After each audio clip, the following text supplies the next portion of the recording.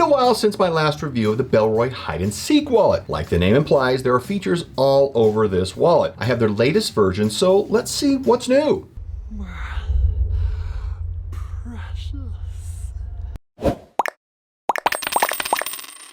Bellroy Hide and Seek. All Bellroy wallets come in these new boxes versus what we see in envelopes they've had previously. So let's open this up and get into it. It is a bifold. This is the caramel color, but it also comes in 6 other colors, which I think is a great selection. Let's pull this instruction card out. I say this every time I review a Bellroy wallet, but the instructions they provide are really excellent, especially when there's all kinds of features going on. It goes through that quickly for you. I really like that, although the discovery is kind of fun. We look at the sewing, we always do. You can see we've got double sewing up here at the top. This is a rollover edge. A very traditional wallet making technique. A lot going on in here. Says this is made in India, which is great. You can see some of the features if you're familiar with the Bellroy Hide and Seek. So let's do this. But honestly, would Bellroy really change the hide and seek? Well, let's take a look. We start with a 3-dimensional Bellroy logo on the front right here. It is raised. It's a nice piece of metal. Gives a little bit of luxury to this. Nothing on the exterior of this. We go onto the interior. We can see immediately the height, and there is a height difference. So we have the high and the low, 2 versions. The high, which is this one, accommodates all international currencies.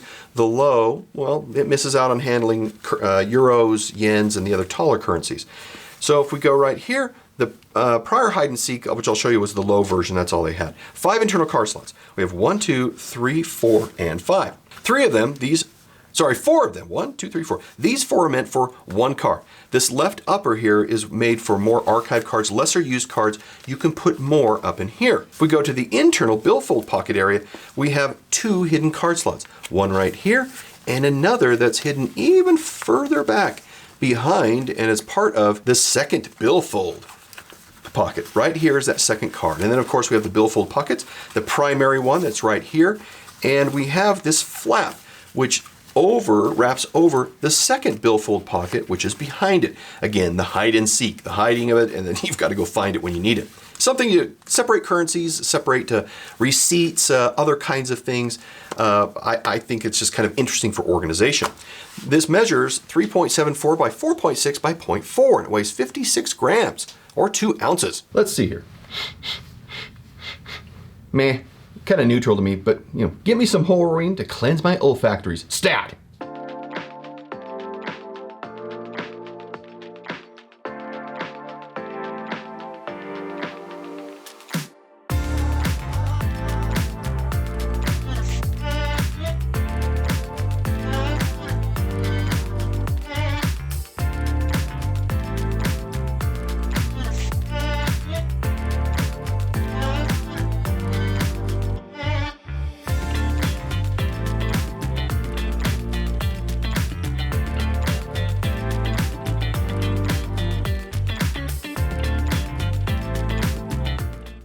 Ten cards, 8 slips of cash, 3 in front, 5 in the back. You saw how that worked. Very slick, and it handled it well. It becomes a little thicker, of course. That's what is going to happen.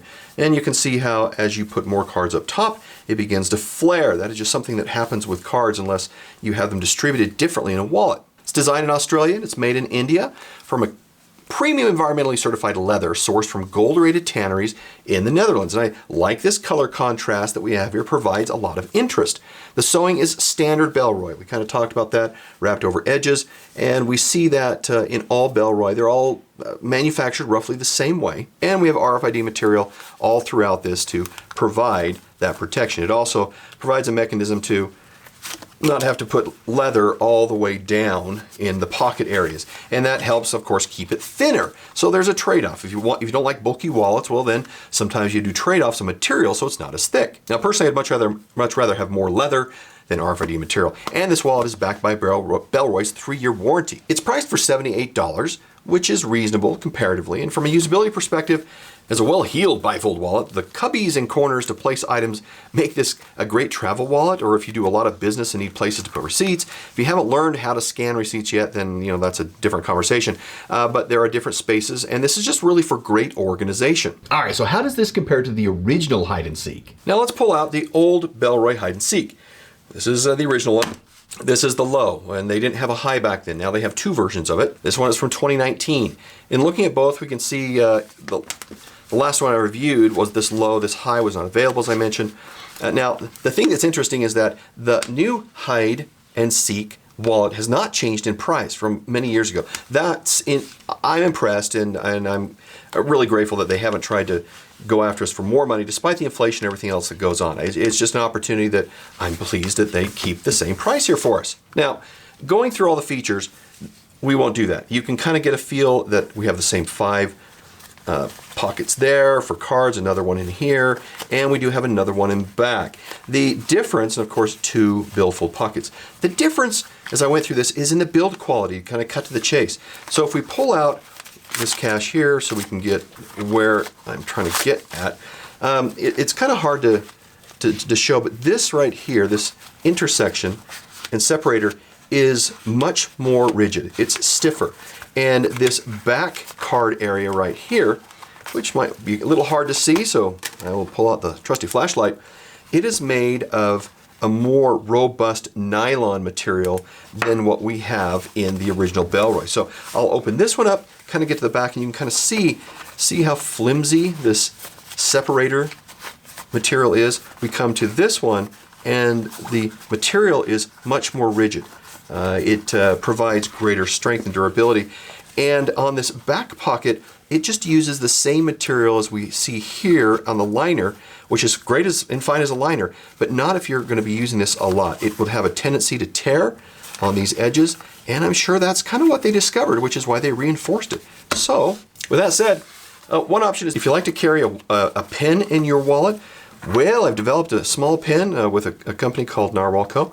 It just fits in right here. Very small, comes in black or in chrome, silver, and it's very simple to use. They've been selling wallet pens for several years, and this micro pen is something I'm really especially proud of. If you're interested, see the link below. Well, there you go. Overall improvement. So if you've been on the fence whether or not to buy this wallet, I think there's no reason not to go after it. Now on to the final score.